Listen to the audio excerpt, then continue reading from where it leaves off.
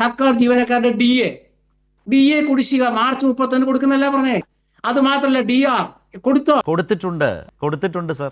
ഞാനിപ്പോൾ ധനകാര്യമന്ത്രി KN Balagopal March 4-ന് ഇതുമായി ബന്ധപ്പെട്ട് പറഞ്ഞ ചില കാര്യങ്ങൾ മാത്രം സൂചിപ്പിക്കാം. DR കുടിശ്ശിക അനുവദിച്ചുത്തരവായി എന്നാണ് പറയുന്നത്. സർക്കാർ ജീവനക്കാർക്കും അധ്യാപകർക്കുമായി ലഭ്യമാക്കിയ DAയ്ക്ക് മുൻകാല പ്രാബല്യം നൽകി കുടിശ്ശികയും അനുവദിച്ചുത്തരവായി.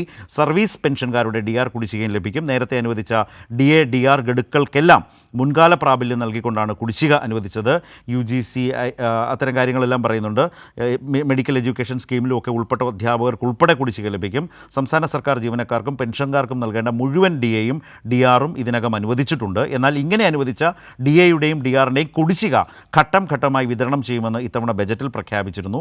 2026-27 സാമ്പത്തിക വർഷത്തിൽ നിശ്ചയിച്ച കുടിശ്ശിക ഗഡുക്കളുടെ വിതരണത്തിനായുള്ള തുകയും ബജറ്റിൽ വകയിരുത്തിയിട്ടുണ്ട്. അതുമായി ബന്ധപ്പെട്ട് ആ മാസങ്ങളിൽ പിന്നീട് വന്ന അത് ഓരോ ഘട്ടവും ഒക്കെ വന്നപ്പോഴൊക്കെ വാർത്തയായിരുന്നത് കൂടി ബന്ധപ്പെടുത്തിയാണ് കണക്ട് ചെയ്താണ് ഞാനപ്പോൾ അത് സൂചിപ്പിച്ചത്. ഏതായാലും ചർച്ചയിൽ ഉയർന്നു വന്നതുകൊണ്ട് ധനകാര്യമന്ത്രി ആ കാലത്ത്, ഇപ്പോഴല്ല, മാർച്ച് മാസം 4-ന് ഇതുമായി ബന്ധപ്പെട്ട് വിശദീകരിച്ച കാര്യങ്ങൾ സാന്ദർഭികമായി സൂചിപ്പിച്ചു എന്ന് മാത്രം. DR കുടിശ്ശിക അനുവദിച്ച് ഉത്തരവായി എന്ന് സർക്കാർ വ്യക്തമാക്കിയ കാര്യമാണ് ഞാൻ സൂചിപ്പിച്ചത്.